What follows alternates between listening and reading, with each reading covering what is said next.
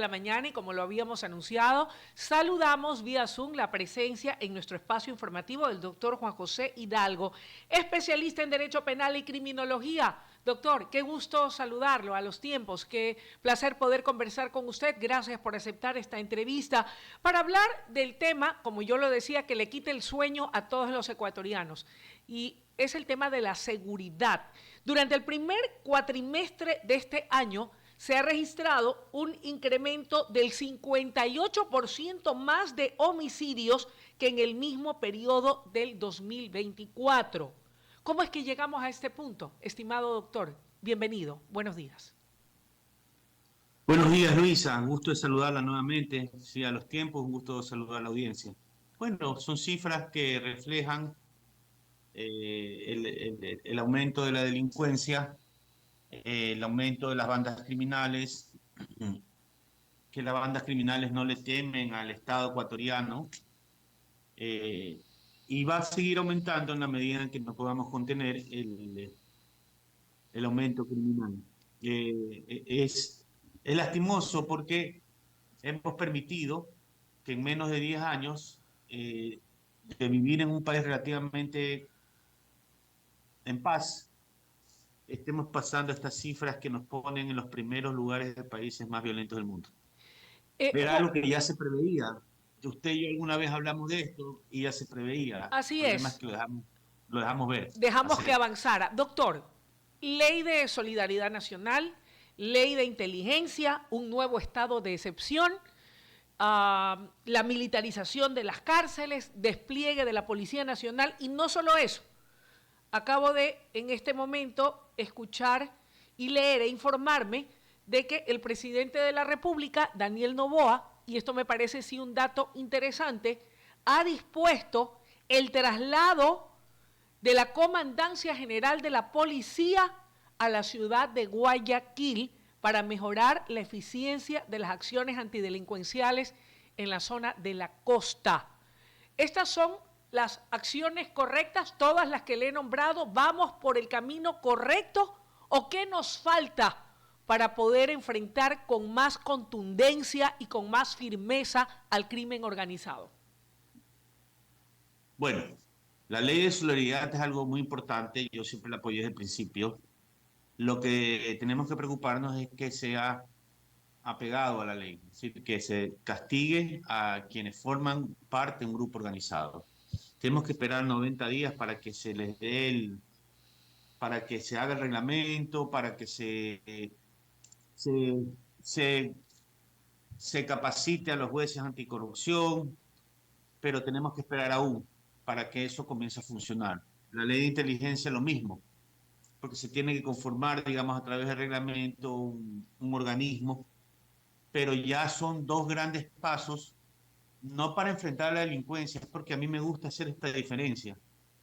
Tenemos que hablar de delincuencia, aquel que roba en la calle, aquel que comete narcotráfico, etcétera. Pero nosotros estamos hablando de grupos armados que se quieren tomar o ya se han tomado ciertas zonas del país en donde el país no tiene presencia, donde prácticamente hemos perdido la soberanía. Que se haya cambiado la comandancia a Guayaquil me parece importante porque al final del día este es una ciudad con varios puertos y además al ser una ciudad más grande del Ecuador con más comercio es donde se ha concentrado el problema de las extorsiones y las vacunas que están matando el comercio, que están matando el centro de Guayaquil y al final del día nos está causando graves problemas a todos. Me parece bien todas estas acciones. ¿Qué faltaría hacer? Pues yo invertiría en la infraestructura de la Administración de Justicia. Hay que invertir y son cosas muy sencillas, escritorios, computadoras, pasantes, amanuenses, en Fiscalía y lo mismo en las Cortes. Aumentar el número de jueces, porque si usted aumenta el número de capturados, tiene que tener mayor número de jueces de todas las instancias, jueces de instrucción, jueces intermedios y jueces de tribunal, lo mismo las salas. Si usted no tiene nada de eso, todo lo que usted pueda traer, mañana trae 30 detenidos y un juez anticorrupción tendrá que resolver en 90 días, pero mañana trae 30 más y 30 más y eso va a terminar siendo un problema. Entonces creo que lo único que falta es que el Consejo de la Judicatura se ponga al día, el Consejo de Participación Ciudadana escoja los vocales que faltan, escoja las nuevas vocales, y eso es urgente. Es sumamente importante porque si no, todo el esfuerzo que hace el despliegue de los militares y la policía se obstruye. Hay que hacer una depuración del sistema judicial, pero no solo de jueces y fiscales. Mira, aquí hay algo que a mí me llama mucho la atención. El ministro el otro día hablaba de, el ministro y el señor Neira hablaban de controlar los activos de los jueces y fiscales. La primera pregunta que yo me hago es, ¿por qué solamente el sistema penal? ¿Acaso no existe corrupción en los sistemas civiles, administrativos, laborales, etcétera? Segundo, en la ley de lavado de activos vigente están como sujetos obligados jueces fiscales, pero con la reforma que se hizo el año pasado, con la nueva ley, se los excluyó como sujetos obligados. Entonces son las cosas que uno no comprende y que se anuncian después como bombos y platillos, pero no se ajustan a la realidad jurídica a veces. Y creo que estas leyes económicas urgentes pudieron haber resuelto ese problema. Varias puntualizaciones o reflexiones, mi estimado Juan José. La primera, usted habla, y yo coincido con usted, de la necesidad de ir a una reestructuración del Poder Judicial en el Ecuador, de que hay que invertir recursos para dar las condiciones que le permitan a los funcionarios del Poder Judicial cumplir su trabajo a cabalidad.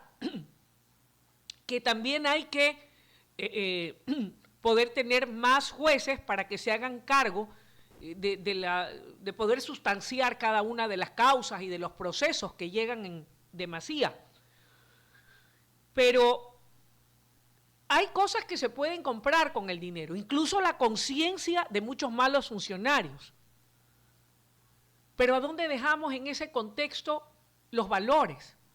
Porque si bien es cierto, hay una falta de funcionarios, y en este caso de jueces, y no sé si de fiscales, usted que es un hombre de derecho me lo podrá clarificar, pero de nada nos valdría poner más de los mismos. Me refiero de los mismos que se han dejado seducir por los dineros de las mafias, ya sea por temor o porque les gusta la plata fácil. Eso es lo uno. Lo segundo, ¿usted cree que debe mantenerse ese Consejo de la Judicatura y consecuentemente ese Consejo de Participación Ciudadana? Que no puedo meter a todos en un mismo saco, porque sí hay gente ahí decente y buenas personas, pero también y en la mayoría han habido de los otros. Esto es como poner a un ratón a cuidar el queso. El ratón se va a comer el queso y cuando yo le vaya a reclamar ya está en la barriga del ratón.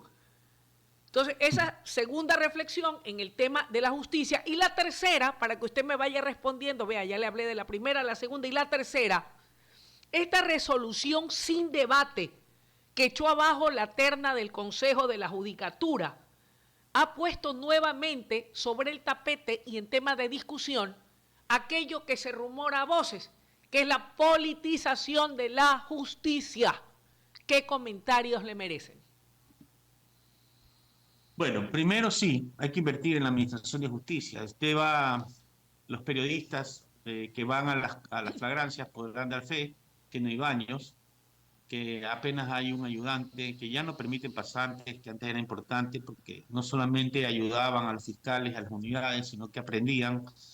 Eh, los policías utilizan su propio celular para hacer los partes. Es decir, si no se arregla allí la cosa, eso es como una válvula. Si no funciona, no funciona lo que viene después y no funciona lo que viene antes. Eso hay que arreglarlo urgente, pero urgente. Sobre la depuración de los jueces y fiscales, vea Luisa, aquí no nos engañemos, esto pasa, creo que desde la fundación de la República. Yo tengo 25 años haciendo esto y 25 años viendo lo mismo. Lo sacan, regresan, lo sacan, regresan. Para ejercer la medicina se da un examen para ver si es apto. La abogacía, que es, dice uno de los médicos de la sociedad, no se da examen. Se gradúan cientos y miles de estudiantes que no saben nada, a veces. no todos. Entonces, eh, sí, es verdad que hay una carga sobre los jueces, pero también si un fiscal no propone bien una acusación, si usted coge 30 personas y encontró pues un arma y le atribuye a los 30 el arma, pues también los pone a los jueces en una situación difícil. Pero más que nada, ahora sí vamos a tener que hacer un control ciudadano y eso debería de permitirnos a través de veedurías, ¿no? Yo propondría un observatorio ciudadano de paz, justicia, pero la empresa privada tampoco ayuda, porque para eso se necesita financiación.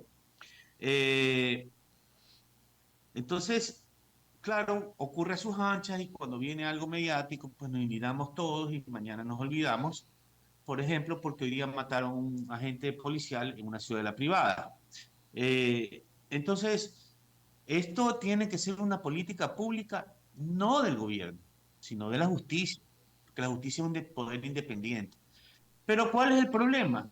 Que adicional a eso, el Consejo de la Judicatura es un órgano político, aunque vengan a decir que es técnico, porque se elige de forma política, y el Consejo de Participación Ciudadana lo mismo. Resultado, tenemos varios años con tres vocales del Consejo, cuando son cinco, y encima prorrogados.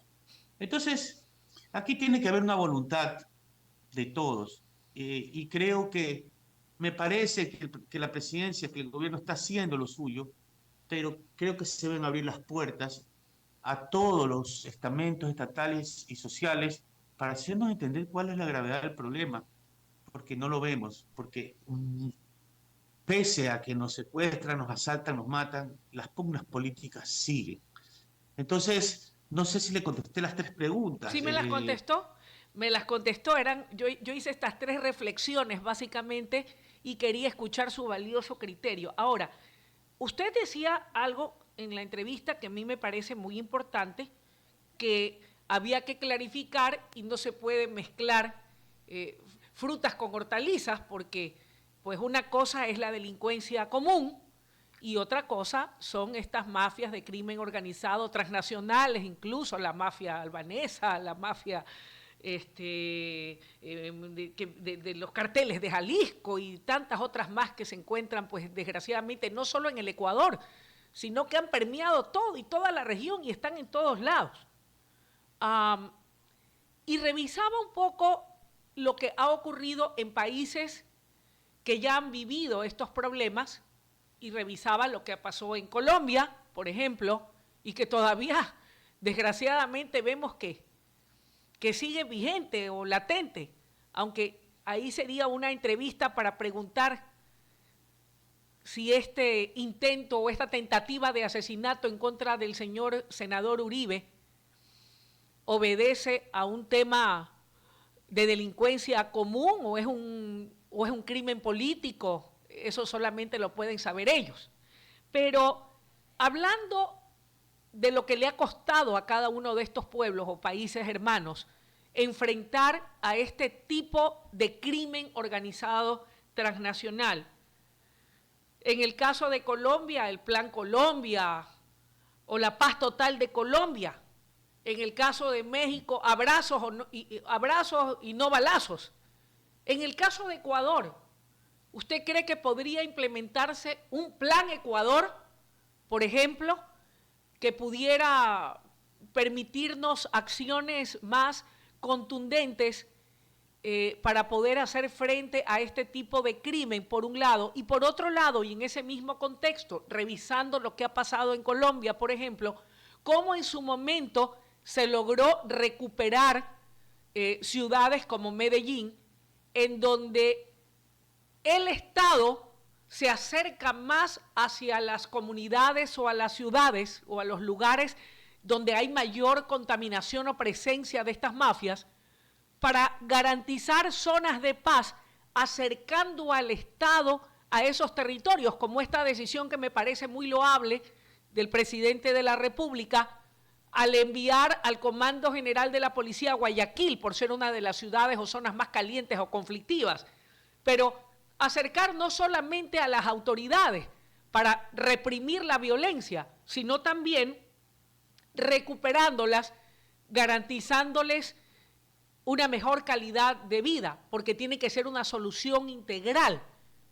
¿Qué opina usted, estimado Juan José, de estas vivencias que han tenido otros países y que las han aplicado y que pues tal vez no han logrado erradicar o extirpar el problema de raíz, pero que ha ayudado en su momento a ver un poco más la luz al final del túnel? ¿Usted cree que podemos hacer lo mismo acá en el Ecuador? A ver, vuelvo a hacer esta diferencia. Los cárteles, los grupos como los lobos, los choneros, no son delincuencia. Cometen delitos, sí, para financiar sus guerras también. Son grupos mixtos. Son grupos mixtos de delincuencia, pero son soldados de esos grupos organizados. Eso hay que tenerlo claro, ¿no?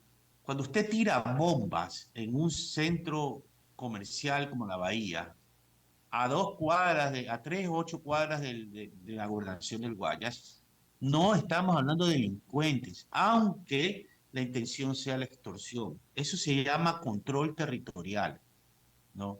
Y ya debemos de dejarnos de mezclar estos conceptos, porque si la ciudadanía no tiene estos conceptos claros, no vamos a entender.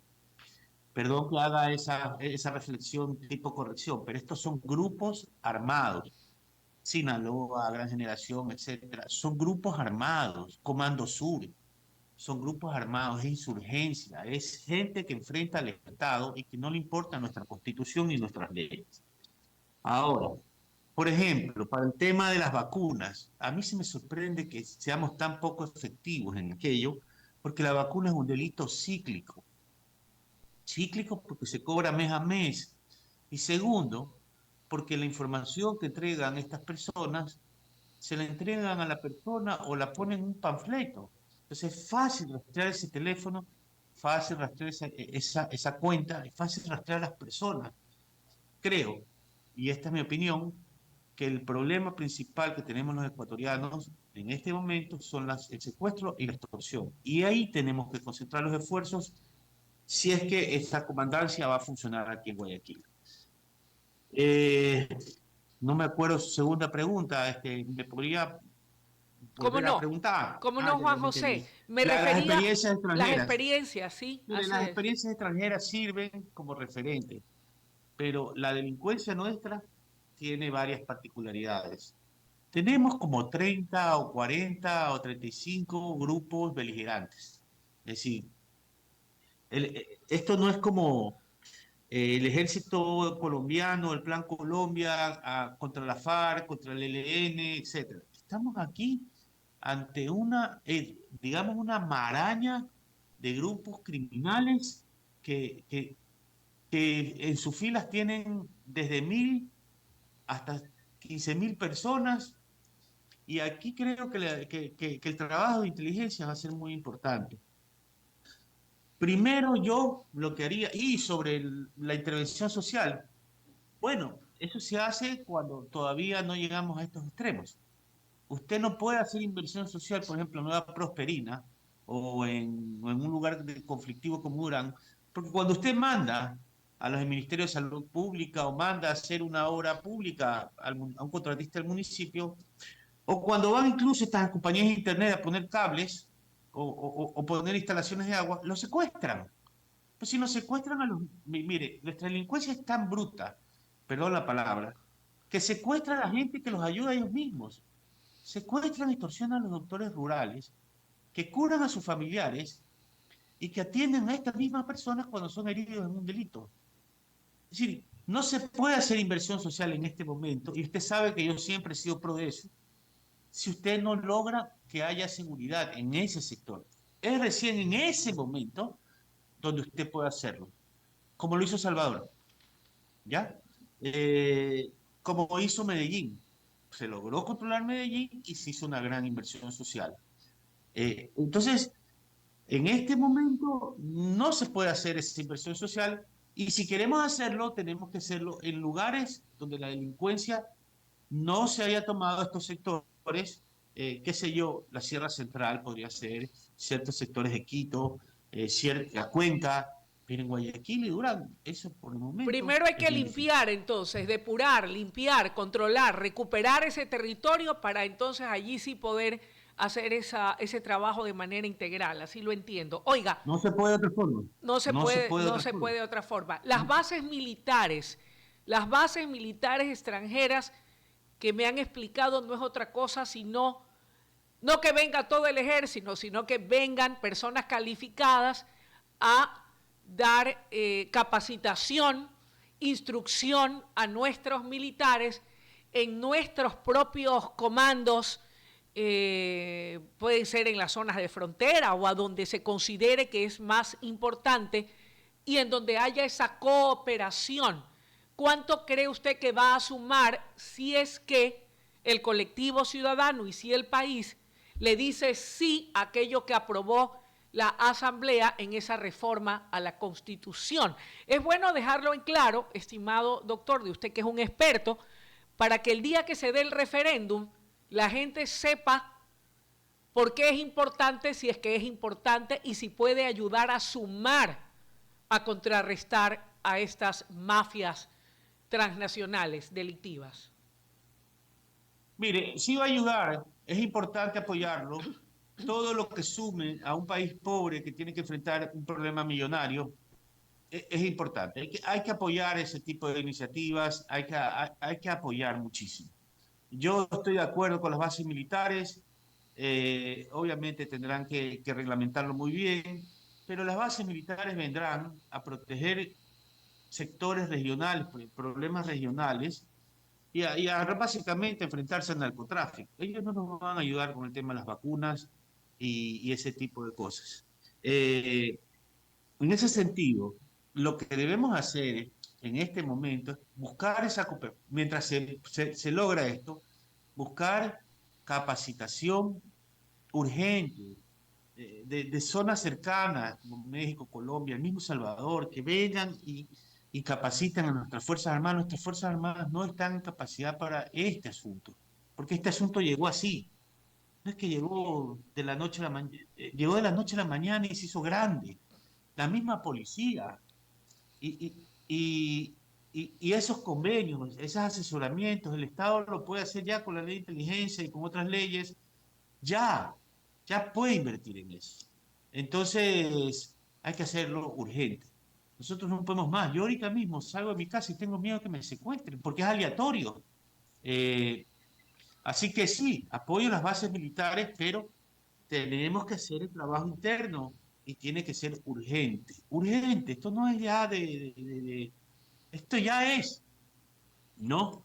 Entonces, apoyo las bases militares 100%, pero eso va a tomar su tiempo, va a tomar su tiempo. Hasta tanto, Y lo labores que de tenemos es inteligencia presente, e ¿no? investigación. Y Labores mire, de inteligencia e investigación. Eso debe ser permanente, ha dicho usted. pero otra cosa más, yo le sumo, Luisa, eh,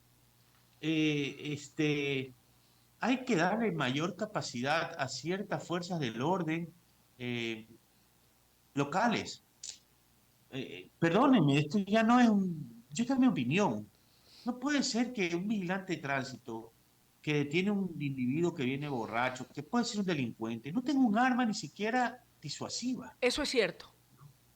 No se puede. Entonces, o lo sumamos todos, o lo centralizamos todos, o politizamos la seguridad. Eso no puede pasar. La seguridad y la justicia no puede politizarse. Oiga, y en ese Es que tenemos contexto, que ¿usted ser- cree que debería darse luz verde entonces a que todos los ciudadanos podamos tener un arma para defendernos?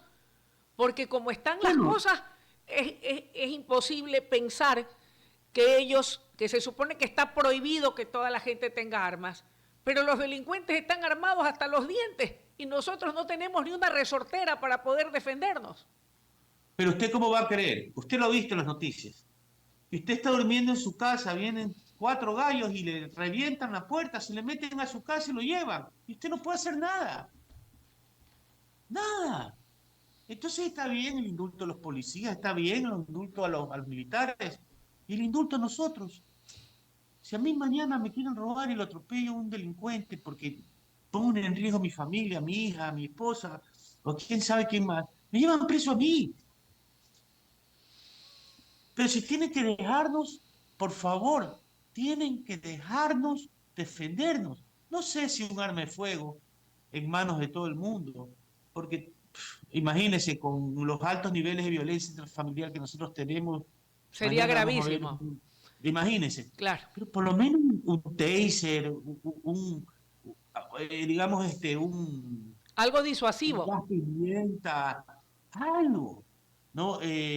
Pero no pueden dejarnos desprotegidos. Están protegiendo a los policías y está perfecto, están protegiendo a los militares, están perfectos. Pero ¿cómo puede ser posible que los comerciantes de la bahía no se puedan defender? Porque si se defienden, los meten presos. O sea, les Concluyo, ponen bombas y les concluyo meten con presos. esto porque debemos despedir la entrevista y le voy a agradecer que lo haga rápidamente. Concluyo con esto. ¿Es viable el Ecuador? ¿Es viable poder recuperarle o como dicen algunas voces, si no logramos salir de estas nos convertiríamos en un Estado fallido?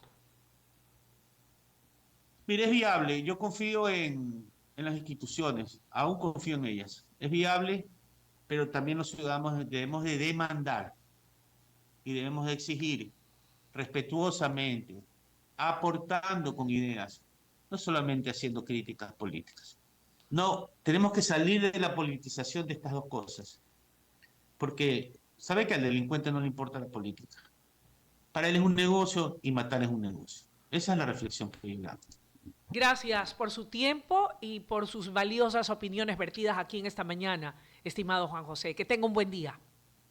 Muchas gracias, buen día. Y bien, era la intervención del doctor Juan José Hidalgo, experto en Derecho Penal y Criminología, dándonos a conocer su línea de pensamiento en torno al tema de la seguridad. ¿Qué estamos haciendo? ¿Qué es lo bueno? ¿Qué hay que corregir? ¿Dónde hay que afinar? ¿Y qué acciones debemos esperar por parte de quienes tienen la obligación de garantizarnos seguridad y paz, y el mayor y el principal de todo derecho, el derecho a la vida? Gracias por habernos acompañado, que tengan un lindo inicio de semana, que Dios me los bendiga, les envío un beso, un abrazo grande, sigan en la programación de WQ Radio y conmigo será hasta el día de mañana.